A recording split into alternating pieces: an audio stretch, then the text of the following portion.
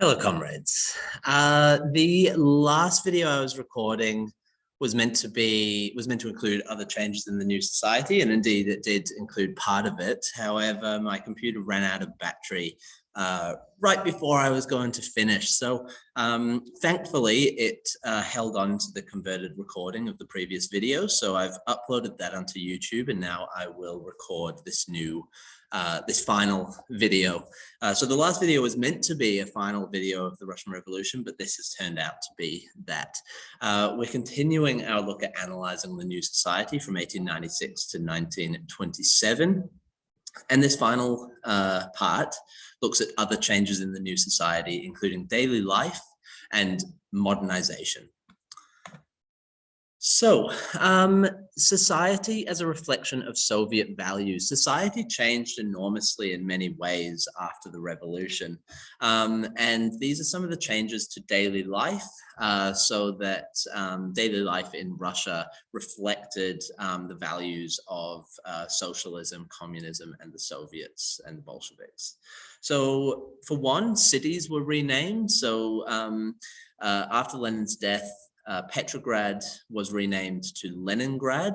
There were also cities named Trotsk, Sverdlovsk, Stalingrad, and Zinovyevsk, all named after members of the Bolshevik Party and key revolutionaries.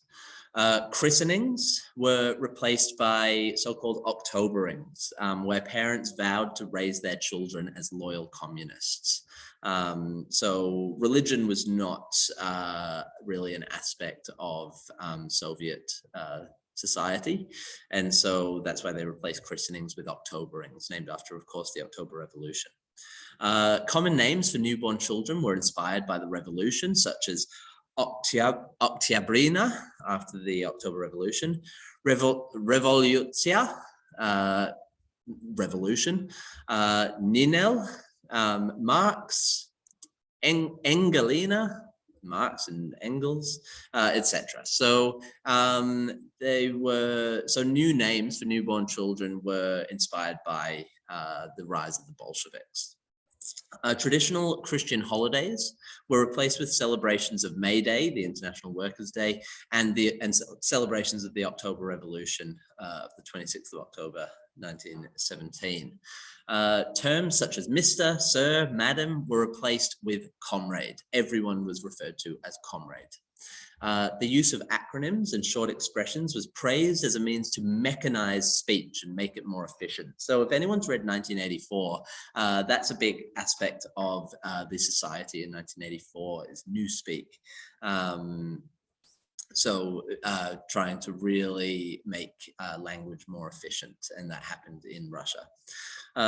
Trotsky called for the Russian language to be refined and freed from coarseness. He believed that swearing was a product of poverty and working class hardship. So society as a whole changed enormously during after the October Revolution. So the Kremlin Dreamer. Now, the reason we've got this subheading is because of Lenin's obsession with the idea of electricity being a driving force of the new society.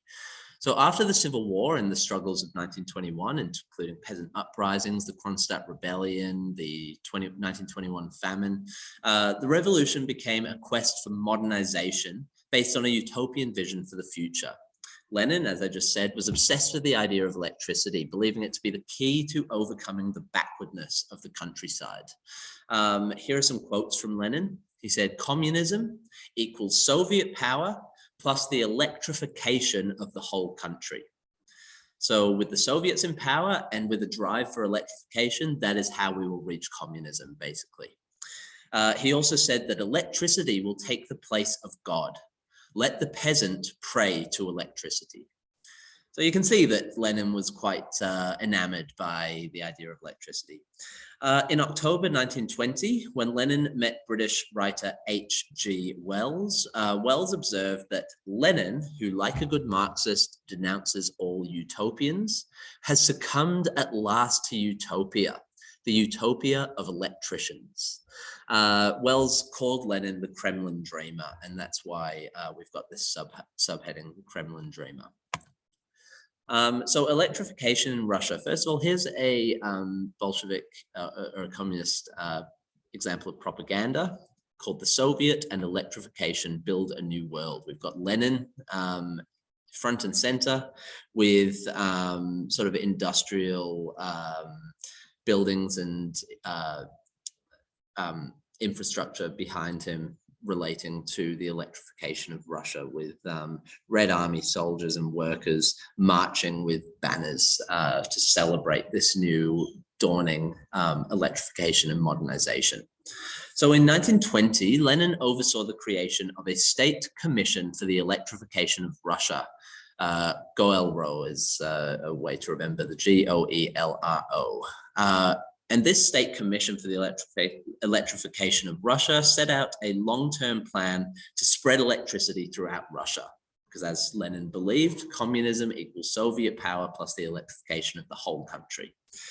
In February 1921, the State Planning Committee, otherwise known as GOSPLAN, was created, replacing Bashenka in directing the national management of industry. Remember that Bashenka was the area of the part of government that was dedicated to the economy.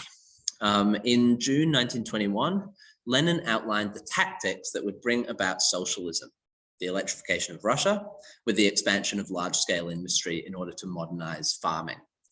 Around 1 billion gold rubles were invested in the electrification program, but only modest gains were made by the mid-1920s.